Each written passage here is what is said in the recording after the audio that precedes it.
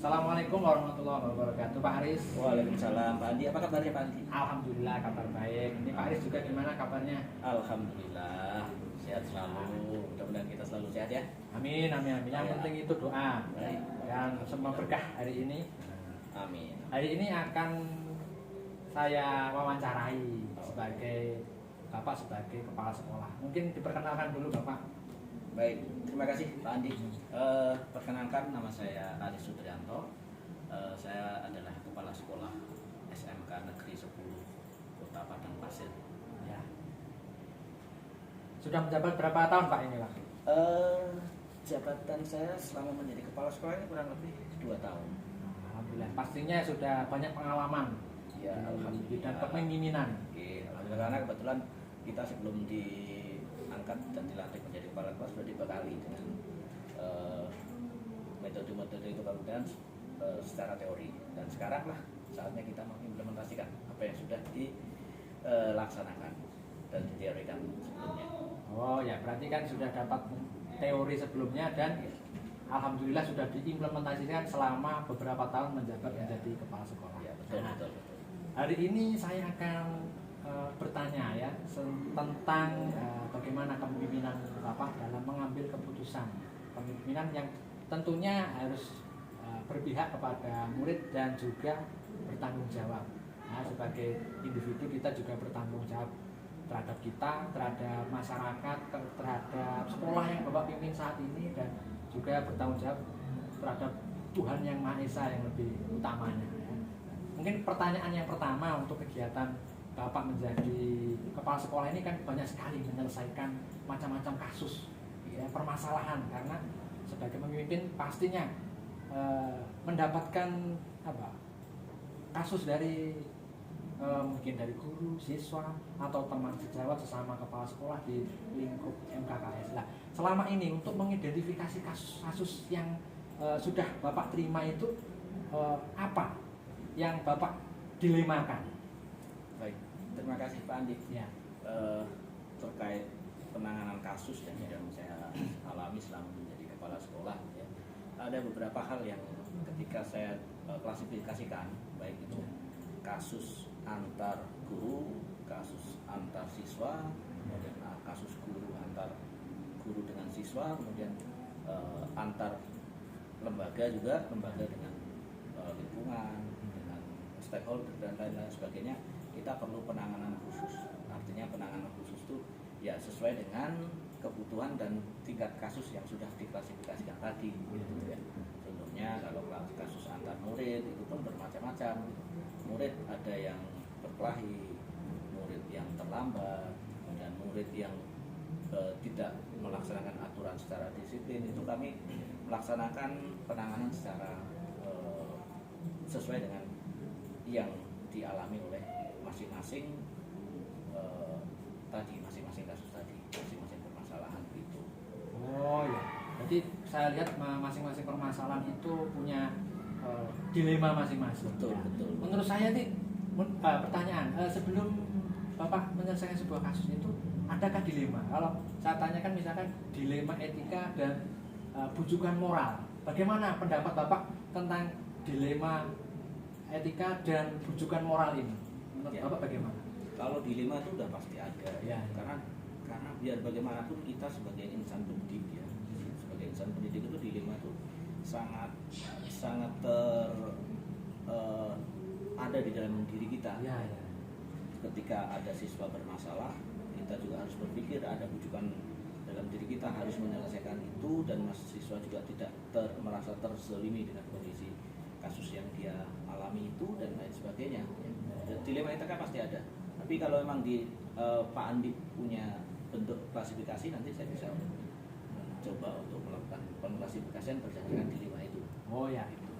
Saya mendapat materi tentang dilema etika, ya, antara keputusan ini sama-sama baiknya, gitu loh. Dan pasti Bapak pernah mengalami itu, ya, dilema sama-sama baiknya lah. Pilihan mana yang Bapak pilih? Karena selama ini Bapak sudah menangani berbagai macam kasus, kemudian ada dilema etika di situ. Misalkan pilihannya sama-sama bagus, sama-sama baiknya. Ini bagaimana Bapak memberikan keputusan, ya, kalau ada dua keputusan seperti ini? Itu memang agak membingungkan Pak Andi ya, agak membingungkan karena memang contohnya ya yang sudah klasifikasikan tadi, ketika kita menghadapi kasus antar siswa yang sedang bermasalah gitu, ya, itu kan ada dua kasus yang memang harus kita hadapi dan harus saya putuskan sebagai pimpinan di sini gitu ya.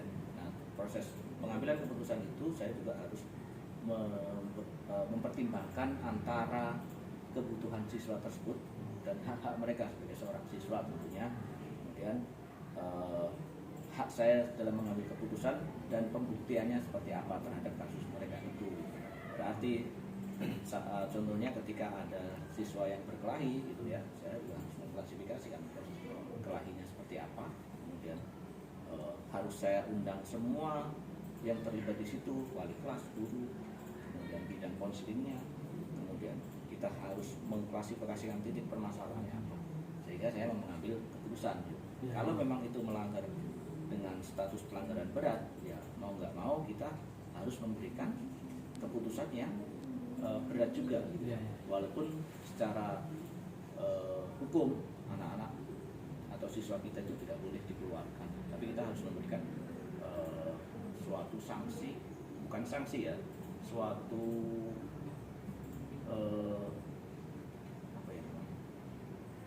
memberikan suatu tindakan ya, suatu tindakan yang memang sesuai dengan tingkat ketidakpatuhan mereka. Oh iya. Itu kalau berdasarkan antar siswa. Berarti secara tidak langsung Bapak menerapkan tahapan-tahapan sebelum melakukan keputusan. Iya. Ya. Tahapan tadi sudah saya dengar dari tahapan yang sudah Bapak sampaikan. Jadi dilihat dari kasus per kasus, kemudian dilakukanlah tindakan untuk mengumpulkan semua yang terlibat di situ, baik siswa, guru, wakil kepala sekolah atau mungkin wali murid, mengatakan wali murid ya, itu pastinya akan memberikan nilai apa yang kira-kira dalam mengambil keputusan ini Bapak cenderung kemana? Hasil akhir kah, ataukah berdasar peraturan kah, atau berdasar apa Pak? Kalau saya sih berdasarkan peraturan dan perasaan ya. Artinya intuisi gitu kan? Intuisi ya, perasaan saya sebagai seorang orang tua terhadap anak gitu ya. Kemudian sebagai seorang pendidik terhadap siswa, kemudian sebagai manusia yang sama-sama punya hak untuk mendapatkan apa yang seharusnya kita dapatkan.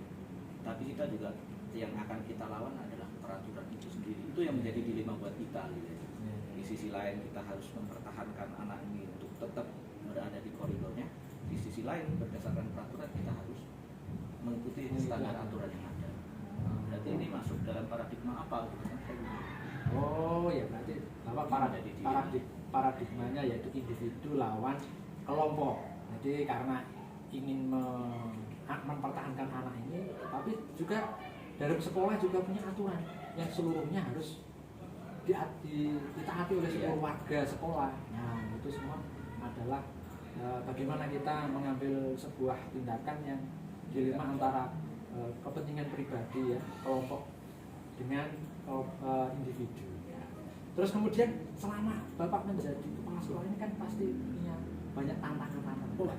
Tantangan yang selama ini Bapak rasakan dalam setiap pengambilan keputusan ketika dilema etika itu muncul gimana? Ya.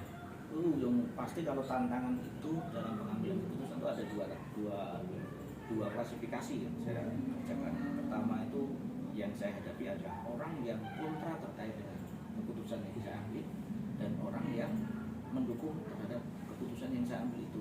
Dan nah, ketika orang yang mendukung ini, saya harus mempertanggungjawabkan keputusan yang saya ambil sebagai pembuktian bahwa keputusan itu memang benar-benar bertanggung jawab dan bisa dibuktikan. Sedangkan yang kontra dengan saya, berarti saya juga harus membuktikan kepada mereka bahwa keputusan yang saya ambil adalah benar-benar itu bertanggung jawab untuk semua. Itu salah satunya bentuk pengambilan keputusan saya. Artinya saya juga dapat simpulkan bahwa apa yang kita putuskan itu tidak mungkin semuanya memberikan dukungan. Nanti kalau Pak Andi jadi pemimpin juga harus seperti itu. Bukan berarti yang tidak mendukung harus Pak Andi jauhi, yang mendukung tidak harus Pak Andi hancurkan. biarkan Pak Andi yang membuktikan bahwa apa yang Pak Andi tanggung jawabkan itu bisa menjadi pembuktian yang baik. Ya, Seperti ya. itu. Berarti dalam pengambilan keputusan ini kan pasti tantangannya itu tadi ada dua, yang pro dan kontra. Bagaimana kita mengelola mereka komunitas ya. Menurut saya bukan kelompok kan kasar gitu. Komunitas sebenarnya, komunitas yang mendukung atas keputusan Bapak sebagai kepala sekolah, dan juga mereka komunitas yang kontra ya. Karena adanya pro dan kontra dalam pengambilan keputusan tadi itu, Bapak sudah bisa mengelola mereka tanpa harus ya mengesampingkan ataupun menjunjung yang lain ataupun menenggelamkan yang lain. Kalau bahasa saya itu ada yang dijunjung, ada yang ditenggelamkan. Nah, baik, selanjutnya dalam sebagai seorang kepala sekolah di sini kan sebagai pemimpin ya, faktor-faktor apa yang selama ini mempermudah atau membantu Bapak dalam kegiatan pengambilan keputusan? Pasti kan Bapak ada yang punya senjata untuk mempermudah, atau strategi apa dalam pengambilan keputusan ini dalam kasus-kasus dilema etika ini untuk mempermudah Bapak? Kira-kira apa saja? Ya, yang pertama udah pasti dukungan dari semua pihak ya. Semua pihak itu dari guru, siswa, kemudian dari komunitas sekolah seperti wali murid ya, yang dalam hal ini komite sekolah ya. Kemudian dari stakeholder, pengawas, cabang dinas dan lain-lain yang bekerja sama dengan pihak kita ya. Itu sangat membantu kita. Kemudian ada tantangan lain bagi yang kontra tersebut. Bagi yang kontra, bagaimana kita bisa memahamkan mereka untuk bisa terus mendukung terhadap segala keputusan yang kita ambil, seperti itu. Ya, ini pamungkasnya ini, penutupnya ya. Dari kesimpulan yang sudah Bapak sampaikan dalam kegiatan pengambilan keputusan sebagai seorang pemimpin, nah, mungkin selama menjadi kepala sekolah ini mungkin ada sesuatu pembelajaran bagi kita yang belum pernah menjadi kepala sekolah. Itu pengalaman apa, pembelajaran apa, belajar apa yang dapat dipetik ketika kalau saya sampai jadi kepala sekolah nanti akan memanen sesuatu. Apa yang dipetik dalam kegiatan menjadi kepala sekolah ini dalam pengambilan berbagai macam keputusan yang sudah Bapak ambil selama ini? Satu hal yang selalu saya sampaikan, yang selalu saya sampaikan kepada orang-orang sekitar saya, ego. Kita turunkan ego kita, ego karena kepentingan yang kita gunakan dalam hal memimpin organisasi dan komunitas itu adalah kepentingan untuk universal, kepentingan untuk semua, bukan untuk satu dua orang, apalagi komunitas tertentu. Karena itu sangat tidak manusiawi, tidak beretika, tidak mengandung nilai moral. Karena setiap keputusan itu harus kita ambil secara universal, jangan sampai ini hanya menentukan satu dua pihak. Kalau itu memang sudah saya sekarang dan sebelumnya sudah saya coba untuk bagaimana ego kita itu untuk bisa kita kesampingkan demi kepentingan umum. Nah itu kalau di paradigma berarti jangka pendek melawan jangka panjang. Oh ya, berarti dalam pengambilan keputusan Bapak sudah ambil petik bahwa dari pengalaman itulah kita dapat mengambil sebuah manfaat dalam hal jangka pendeknya apa, jangka panjangnya apa. Nah, kemudian bagaimana dalam mengambil keputusan tadi itu menjadikan semuanya mendapat untung, ya kan? Tidak ada yang dirugikan salah satu kelompok mana ataupun komunitas tertentu yang mendapatkan untung, ya kan? Ya, betul. Dan yang mungkin sebagai seorang pemimpin nanti itu akan diberi pertanggungjawaban, ya kan? Betul. Nah, pertanggungjawaban terhadap sesama manusia dan kepada Tuhan yang Maha Kuasa, ya kan? Nah, semoga pengabdian Bapak sebagai kepala sekolah ini menjadikan berkah dan mungkin juga menjadi amalan baik Bapak selama ini menjadi kepala sekolah. Amin. Nah, terima kasih telah bersama kami bersamai ya. Waktu kita cukup sekian ya. Kalau diperpanjang kali lebar terlalu lama, sangat luas sekali tentang mungkin dalam waktu dekat atau kapan nanti ada waktu lagi kita bisa bertemu. Boleh nanti kita bisa sambil lihat-lihat kondisi lingkungan kita sambil berbicara, ngobrol-ngobrol terkait dengan apa sih yang dibutuhkan kita sebagai seorang pemimpin seperti itu. Baik, terima kasih Pak Aris untuk waktunya ya. Saya Andi Leta dari SMK Negeri 2 Balikpapan sebagai calon guru penggerak. berterima kasih kepada Bapak sebagai kepala sekolah Padang Pasir. Padang Pasir. Semoga pertemuan ini menjadikan berkah amalan bagi kita semua. Terima kasih. Wassalamualaikum warahmatullahi wabarakatuh. Waalaikumsalam. Terima kasih. Secara teori kita selesai. Selesai.